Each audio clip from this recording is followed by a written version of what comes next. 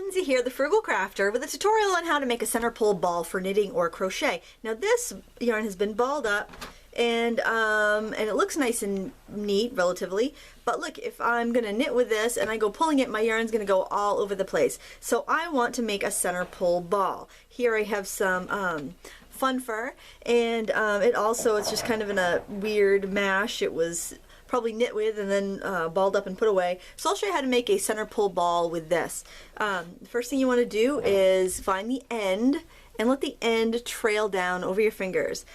Grab it with your bottom 3 fingers so you have it secure, and then you're going to make a figure 8 with the yarn between your thumb and first finger, and you want to go until you have quite a bit on your fingers. I am just barely holding onto this yarn as I do it. I don't want this tight. I want this to be very loose, because when I knit with it, I don't want it to knot up in there. I don't want it to be hard to pull the yarn through.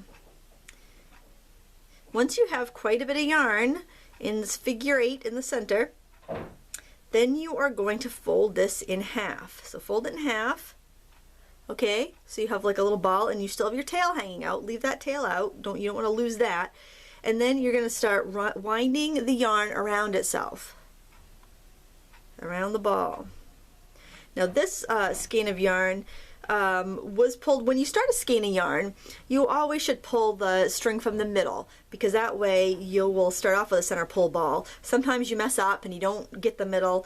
Sometimes you've knit almost all the way through the skein, or you've knit quite a bit out and now it's kind of floppy and messy and you want to save some space where you're storing it. So those are reasons you'd want to ball the yarn. Also, if you buy yarn from like a spinner or from like an alpaca farm or something, a lot of times it comes in hanks and you can't knit from the hank. Well, you can, but you're going to get tangled up and then you may end up ruining your beautiful yarn. So you want to roll it into a ball first. And by making a center pole ball, you end up with a really usable ball. Now, you saw the kind of mass of mess this was to begin with. Now some people would just be like, I'm not even going to deal with that. I'm just going to cut it and find my end that way, or just not even keep it.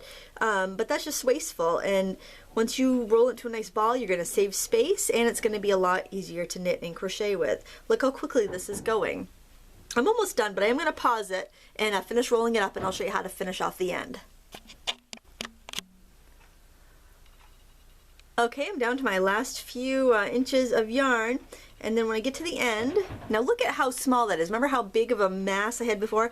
I'm just going to grab a few strands like that, and I'm just going to wrap this tail around, and I can tighten a very loose knot there. Something or just wrap it around a couple times. I want to be able to pick that apart when I am done, but I don't want it to get confused with the end of the string that we should be working from, which is this. Now look how easily this pulls out, and my yarn's not going to roll all over the place.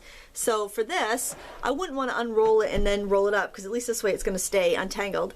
Same thing, I won't be able to get as many figure 8s on my fingers.